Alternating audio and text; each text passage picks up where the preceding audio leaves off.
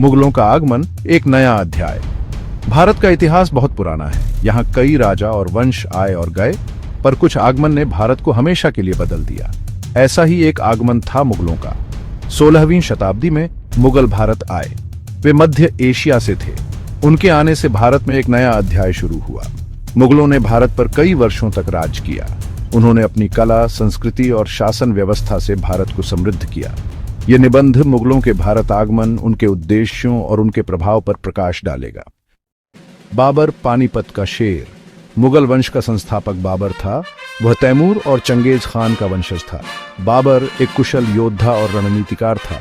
1526 में बाबर ने भारत पर आक्रमण किया। पानीपत के मैदान में उसका सामना दिल्ली के सुल्तान इब्राहिम लोदी से हुआ। पानीपत का युद्ध बाबर की निर्णायक जीत में समाप्त हुआ।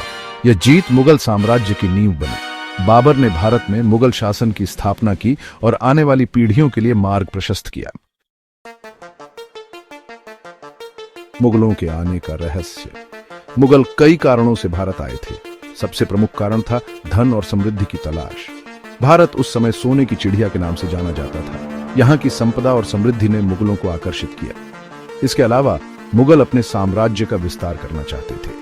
भारत अपने विशाल भूभाग और संसाधनों के कारण उनके लिए एक आकर्षक लक्ष्य था। कुछ मुगल धार्मिक कारणों से भी भारत आए थे। वे इस्लाम का प्रचार करना चाहते थे। हिंदुस्तान पर मुगलों की छाप। मुगलों का भारत पर गहरा प्रभाव पड़ा।